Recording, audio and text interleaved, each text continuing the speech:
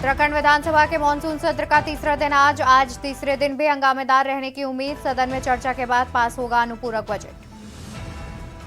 गैरसैंण के सारकोट गांव में शहीद के घर पहुंचे सीएम। परिजनों से मिलकर हर संभव मदद का दिलाया भरोसा। बोले देश उनके बलिदान को हमेशा याद रखेगा। सीएम धामी ने की घोषणा, अध्यात्म का केंद्र बनेगा गैरसैंण। भराड़ीसैंण में बनेगा मां भराड़ी का भव्य मंदिर।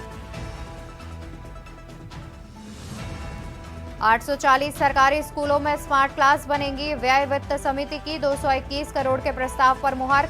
मुख्य सचिव राधा रतूड़ी की बैठक में हुआ फैसला। देहरादून सामूहिक दुष्कर्म घटना के बाद बस चालकों का होगा पुलिस सत्यापन। सहायक महाप्रबंधन ने सभी कर्मचारियों को भेजा पत्र। कुंड ऊखीमठ चोपता गोपेश्वर हाईवे का 70 मीटर हिस्सा हुआ ध्वस्त। 10 गांवों का मुख्यालय से कटा संपर्क। आप देख रहे हैं के न्यूज, खबरों का सारथी। नमस्कार, मैं हूं आपके साथ अवंतिका अवस्थी और हम बात करेंगे उत्तराखंड खबरों पर। खबर की शुरुआत रुद्रप्रयाग से करेंगे, जहां भारी बारिश से रुद्रप्रयाग का फाटा में हुआ हादसा। भूस्खलन से मलबे में दबे 4 नेपाली मजदूर, जिनकी मौके पर मौत हो गई। एसडीआरएफ ने चलाया रेस्क्यू अभियान। 4 नेपाली नागरिकों के शवों को किया गया बरामद। तो खबर रुद्रपुर से सामने आ रही है, जहां पर भारी बारिश से रुद्रप्रयाग के फाटा में हुआ हादसा। खबर रुद्रप्रयाग से, जहां मलबे में दबने से 4 नेपाली मजदूरों की हुई मौत। भूस्खलन से मलबे में दबने से 4 नेपाली मजदूरों की हुई मौत। मौके से एसडीआरएफ ने चलाया रेस्क्यू अभियान। और तस्वीरों में आप देख सकते हैं कि एसडीआरएफ रेस्क्यू अभियान जो है वो चला रही है। और भूस्खलन के दौरान यह हादसा हुआ, जिसमें 4 नेपाली नागरिकों के दबने से मौत हो गई। मलबे में 4 नेपाली नागरिकों के दबने से मौके पर ही मौत हो गई, जिसके बाद एसडीआरएफ ने रेस्क्यू अभियान चलाकर उनके शवों को बरामद किया। और ये सीधी तस्वीरें रुद्रप्रयाग से सामने आ रही हैं।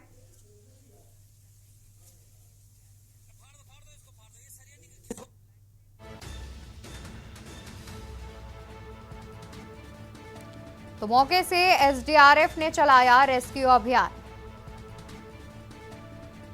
4 नेपाली नागरिकों के शवों को किया बरामद। रुद्रप्रयाग से खबर, भारी बारिश से रुद्रप्रयाग के फाटा में हुआ हादसा। भूस्खलन से मलबे में दबे 4 नेपाली मजदूर, मौके पर हुई मौत।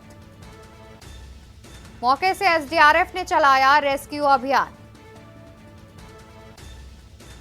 4 नेपाली नागरिकों के शवों को किया बरामद।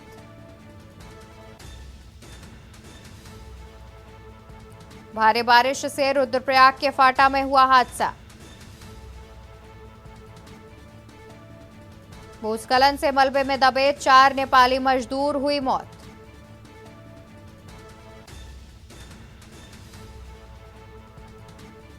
चार नेपाली नागरिकों के शवों को किया बरामद।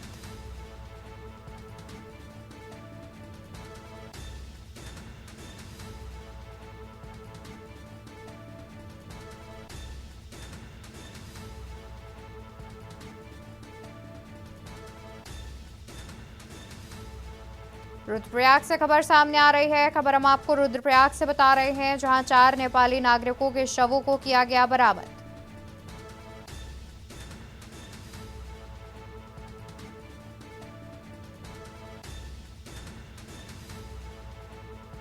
भूस्खलन से मलबे में दबे 4 नेपाली मजदूर, हुई मौत। तो वहीं विधायकों के वेतन बढ़ोतरी विधेयक पर लगी मुहर। खबर देहरादून से सामने आ रही है, जहां पर प्रतिमाह वेतन भत्ते के रूप में लगभग 4 लाख रुपए मिलेंगे। विधायकों के वेतन बढ़ोतरी विधेयक पर लगी मुहर। प्रतिमाह वेतन भत्ते के रूप में लगभग 4 लाख रुपए मिलेंगे। अभी तक प्रतिमाह लगभग 2.90 लाख रुपए मिल रहे थे। विधायकों की शर्तों पर विचार के लिए समिति हुई थी गठित। आपको बता दें कि अभी तक प्रतिमाह लगभग 2,90,000 रुपए मिल रहे थे। विधायकों की शर्तों पर विचार के लिए समिति गठित की गई। प्रतिमाह वेतन भत्ते के रूप में लगभग 4 लाख रुपए मिलेंगे। अभी तक प्रतिमाह 2,90,000 रुपए मिलते हैं। विधायकों की शर्तों पर विचार के लिए समिति हुई थी गठित। तो आपको बता दें कि विधायकों के वेतन बढ़ोतरी विधेयक पर लगी मुहर। प्रति माह वेतन भत्ते के रूप में लगभग 4 लाख रुपए मिलेंगे। अभी तक प्रति माह लगभग 2,90,000 रुपए मिलते हैं। विधायकों की शर्तों पर विचार के लिए समिति हुई थी गठित।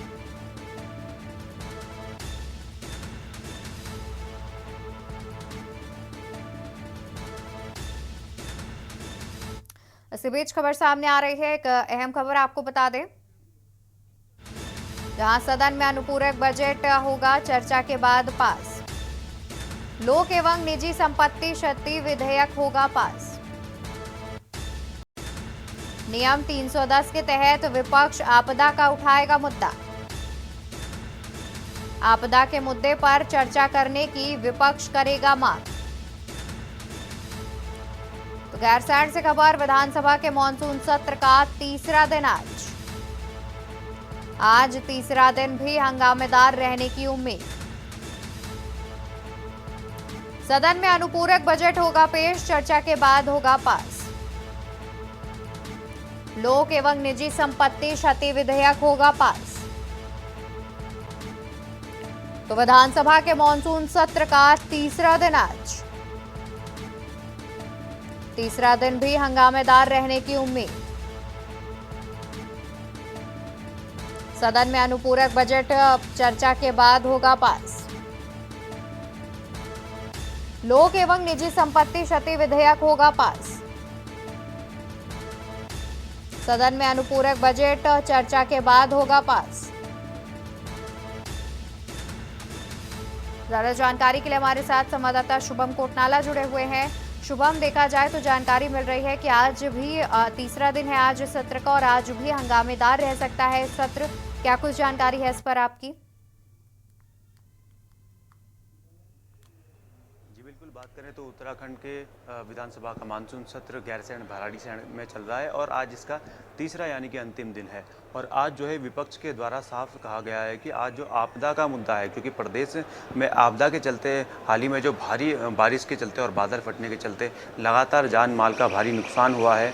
कई लोगों को विस्थापन करना पड़ा है, कई लोगों की इसमें मलबे में दबकर मौत भी हुई है। इस मुद्दे को जो है नियम 310 के तहत विपक्ष जो है सदन में उठाएगा, तो इसके कहीं ना कहीं निश्चित तौर पर हंगामा होने की उम्मीद है और हंगामेदार रहने के जो है सदन की पूरी आसार इसमें नज़र आ रहे हैं। हमने जब नेता प्रतिपक्ष यशपाल आर्य से इस बारे में बातचीत करी तो उन्होंने स्पष्ट तौर पर कहा है कि प्रदेश में क्योंकि मानसून सीजन के दौरान जो है पर्वतीय क्षेत्रों में अधिकांश ये देखने को मिलता है कि भारी बारिश के चलते और बादल फटने के चलते जो है सड़क पर मलबा आ जाना, गांवों पे मलबा आ जाना और लोगों को यहाँ दुर्घटना में जो है उस जान माल का भारी नुकसान हो जाना। और हाल ही में हमने देखा है कि जो टिहरी में और अन्य ज़िले में वहाँ पर भारी बारिश के चलते जो आपदा जैसा माहौल बना और पूरे वहाँ पर जो है कई जो लोग हैं मलबे में दबकर वहाँ उनको अपनी जान गंवानी पड़ी। तो वहाँ पर नेता प्रतिपक्ष यशपाल आर्य भी मौजूद रहे, तो उन्होंने पूरा जो है वहाँ का मंजर देखा और लोगों को से वहाँ बातचीत करी। तो निश्चित तौर पर जो है इस मुद्दे को सदन में निश्चित तौर पर उठाने वाली है। और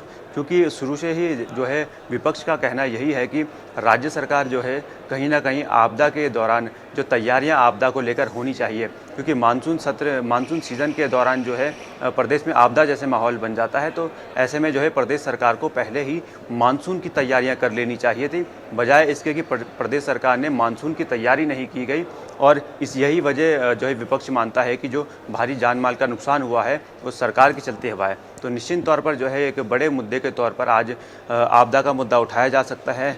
मुमकिन है कि इस सदन में जो है इस मुद्दे को लेकर जो है पक्ष और विपक्ष में तीखी नोक-झोंक भी देखने को मिले, क्योंकि निश्चित तौर पर इस मुद्दे को लेकर जो है कहीं ना कहीं सरकार को घेरता हुआ नजर आएगा अपने तीखे सवालों से। और जो प्रदेश में जान माल का भारी नुकसान हुआ है उन सभी को लेकर जो है सदन में जो है विपक्ष इस बात को रखेगा और निश्चित तौर पर इस मुद्दे को कहीं ना कहीं वो एक जो सत्र का आज तीसरा और अंतिम दिन है, तो कहीं ना कहीं वो ये करने की उसका पूरा प्रयास रहेगा कि सरकार को इस बारे में चेताया जाए या कुछ जो और अन्य जो जैसे कि शुरू से ही वो बताया जा रहा है कि सरकार ने इसको लेकर तैयारी नहीं की और हमने देखा है कि आपदा प्रबंधन सचिव को भी उस दौरान हटाया गया। तो कहीं ना कहीं ये विपक्ष इसको मानता है कि कहीं ना कहीं आपदा प्रबंधन में कोई चूक हुई है जिसके चलते सरकार ने इस तरह का फैसला लिया है। तो निश्चित तौर पर ये शुभम, ये विपक्ष भी का मानना देखा है जाए कि तो सरकार ने जो लगातार तैयार जिस तरीके से सत्र जब चलता है तो विपक्ष की हमेशा से एक ही मांग रहती है कि सत्र की अवधि बढ़ाई जाए। तो क्या आज इस बात को लेकर के भी विपक्ष हंगामा कर सकता है? देखिए, विपक्ष जो है हर दिन जो है इस बात को लेकर लगातार जो है मांग करता आया है कि 3 दिन का जो सत्र रखा गया है, 3 दिन बिल्कुल भी जी। काफ़ी नहीं है, क्योंकि करीबन 500 सवाल जो है विपक्ष की ओर से सदन के पटल पर रखे गए हैं और 500 सवालों के जवाब के लिए 3 दिन जो है नाकाफ़ी विपक्ष मानता है। तो लगातार जो है विपक्ष की यही मांग रही है कि जो 3 दिन का जो सत्र दिया गया है, वो कहीं न कहीं सरकार सिर्फ़ और सिर्फ़ खानापूर्ति करती हुई दिख रही है। इसलिए जो है उसकी मांग लगातार रही है कि इस सत्र की अवधि को बढ़ाया जाए। फिर भी जो है विपक्ष का कहना ये है कि इस अवधि को अगर नहीं भी बढ़ाया जाता है, जो तो आखिरी जो आज का दिन है उसमें कहीं न कहीं इस जो उन पे सीमित समय है आज का, उसमें कहीं न कहीं प्रदेश के कुछ जो महत्वपूर्ण मुद्दे हैं, आपदा जैसे मुद्दे, उसको कहीं न कहीं वो सदन के पटल पर रखे और सदन पर जो है और सरकार से उसका जवाब मांगे कि जो आपदा में इतना भारी नुकसान हुआ है उसको लेकर पुनर्वास की जो स्थिति है, लोगों को मुआवजे की बात है, इन सभी बातों पे जो है कहीं न कहीं वो सरकार को घेरता हुआ ज़रूर नज़र आएगा। और पूरी जो है कोशिश उसकी यही है कि जो सत्र का अंतिम दिन है, तो उसको कहीं न कहीं सदुपयोग किया जा सके और इस आपदा के मुद्दे को कहीं न कहीं जो है सरकार के सामने रखा जा सके। उसमें जो भी बातें हैं उनको सारे विस्तार तौर पर जो है उसकी चर्चा हो इस पर, जिससे कि कहीं न कहीं कोई ऐसा हल निकल सके कि इस आपदा के समय, क्योंकि हर बार हर साल जो है मानसून के समय जो है इस तरह की आपदा देखने को मिलती है, कहीं न कहीं उसमें कमी देखने को मिली। जो भारी जान-माल का नुकसान हमें प्रदेश में देखने को मिलता है मानसून सीज़न के दौरान, वो कहीं न कहीं कम होता हुआ दिखे। तो इस विपक्ष की फ़िलहाल यही प्रयास है कि जो समय उन्हें जो आखिरी दिन में मिला है, वो कहीं न कहीं उस समय को आपदा के विषय में चर्चा करते हुए निकालें और उसमें एक सार्थक चर्चा हो सके। विपक्ष और सत्तापक्ष दोनों की यही जो है पूरी आसार हैं। बिल्कुल, यानी कि देखा जाए तो कहीं न कहीं विपक्ष आज सत्र के आखिरी दिन खास तौर पर आपदा का मुद्दा जो है वो उठा सकता है और सत्ता पक्ष से जवाब की उम्मीद भी वो करेगा। बहुत शुक्रिया शुभम, ज़्यादा जानकारी दर्शकों तक पहुंचाने के लिए। अहम खबर आपको बता रहे हैं, जहां पर मानसून सत्र का तीसरा दिन है आज और आज भी हंगामेदार रहने की उम्मीद जताई जा रही है और आज विपक्ष की ओर से आपदा का जो मुद्दा है वो उठाया जाएगा और साथ ही आज अनुपूरक बजट चर्चा के बाद पेश किया जाएगा। लोक एवं निजी संपत्ति क्षति विधेयक भी आज पास किया जाएगा।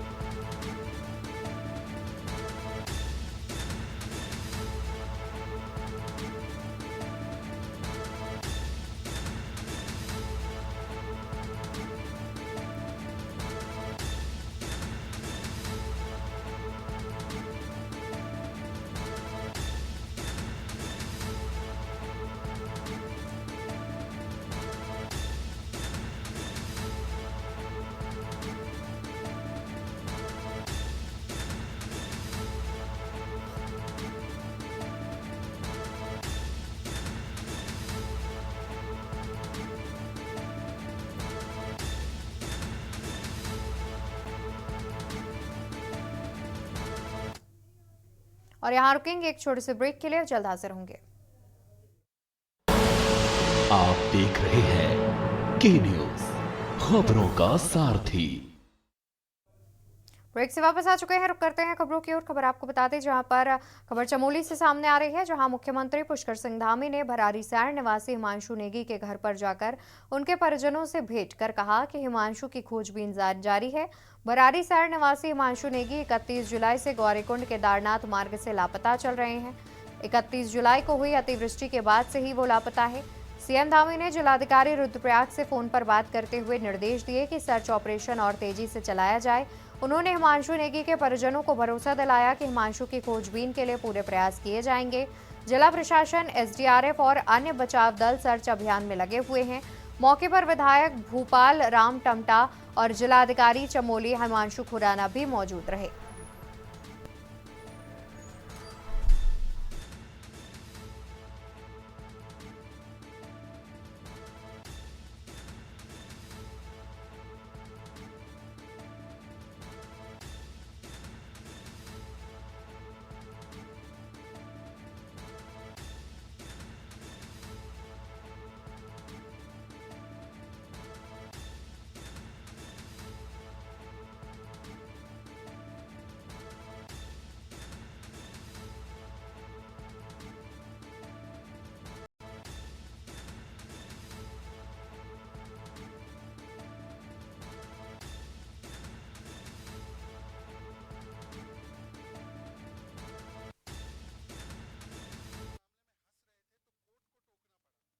दूसरा दिन हंगामेदार तरीके से शुरू हुआ। सत्र शुरू होने से पहले ही मुख्य विपक्षी दल कांग्रेस विधानसभा भवन के बाहर सरकार के खिलाफ नारेबाजी करते नजर आए।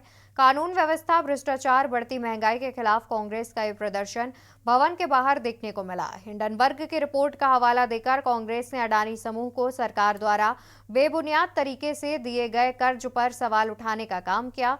साथ ही कांग्रेस से मांग की है कि इस पूरे मामले की रिपोर्ट जेपीसी यानी ज्वाइंट पार्लियामेंट्री कमेटी को सौंपी जानी चाहिए।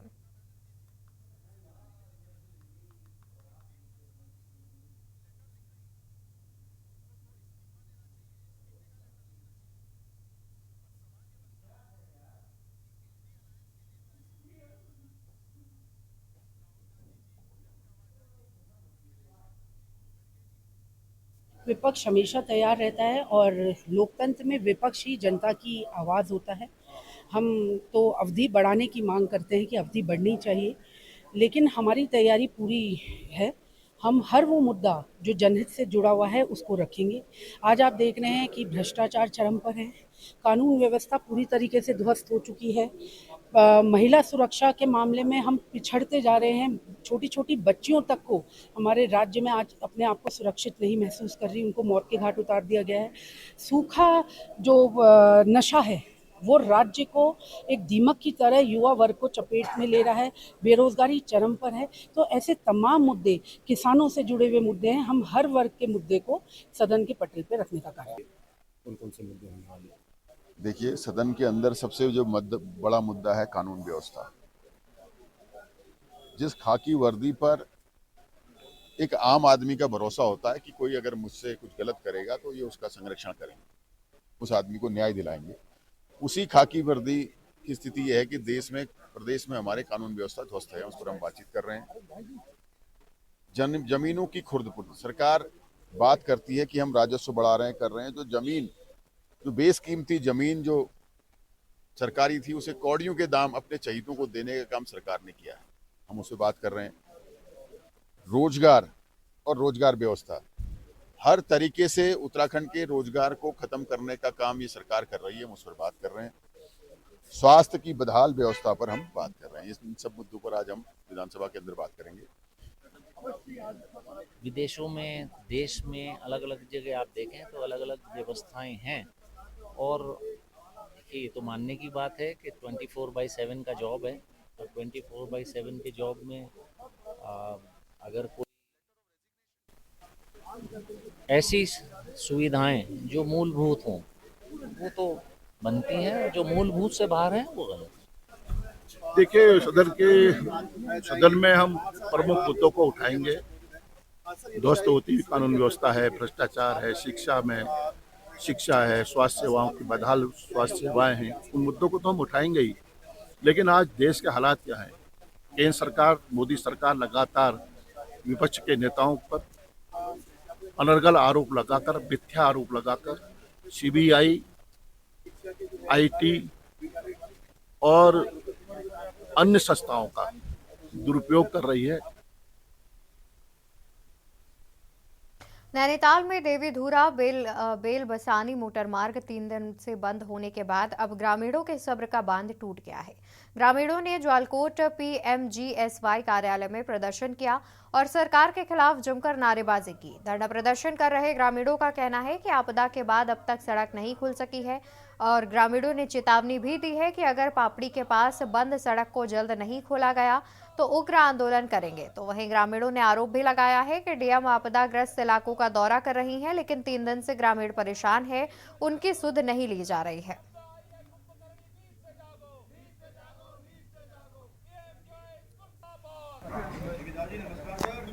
देवीधुरा बेलबसानी मोटर मार्ग जो पिछले 2-3 दिन से बंद पड़ी हुई है, विभाग की लापरवाही के कारण वहां के लोगों को, वहां के बच्चों को मजबूरन घर में रहना पड़ रहा है।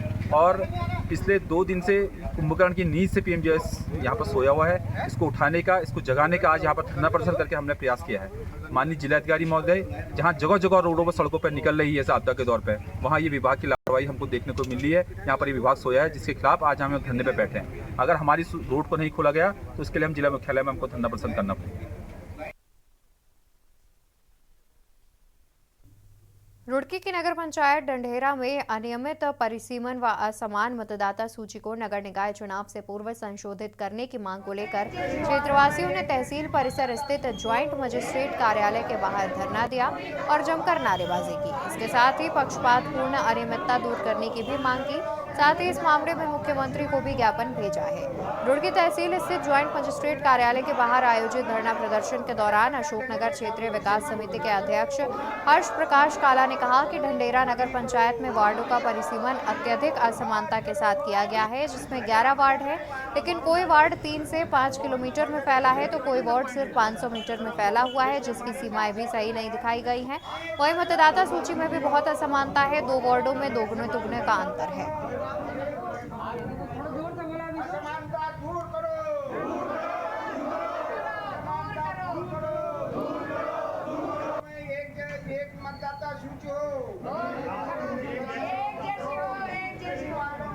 आज हमारी मुख्य मांग है कि ढंढेरा नगर पंचायत जो नई नगर पंचायत बनी हुई है 2021 में, जिसका गठन हुआ 1927 से नगर पंचायत बनाने के लिए, जिसकी मांग हमारे द्वारा की जा रही थी, उस नगर पंचायत का वर्तमान जो चुनाव आने वाला है उसके लिए तैयारी हो रही है। और उसके साथ सबसे बड़ी विडंबना ये है कि ढंढेरा नगर पंचायत में वार्डों का परिसीमन बहुत अनियंत्रित तरीके से किया गया है। ये सारी बातें तो अन्य काला जी ने कह दी हैं।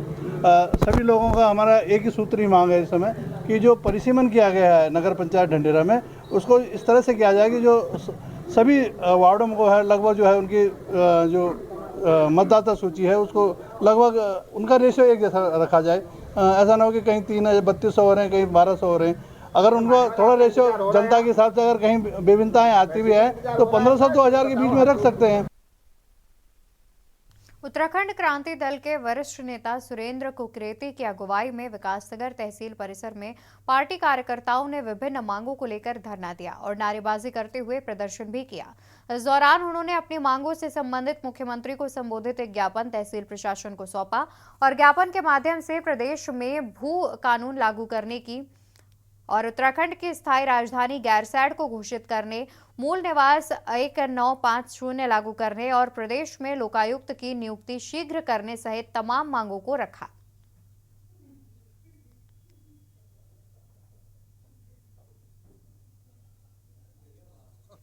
जब से उत्तराखंड क्रांति दल बना तब से मांग ही कर रहा, और मैं समझता हूं कि ये जो 10% आरक्षण हुआ है तो ये 13 साल लगे हमें इस लड़ाई को जीतने, और फिर भी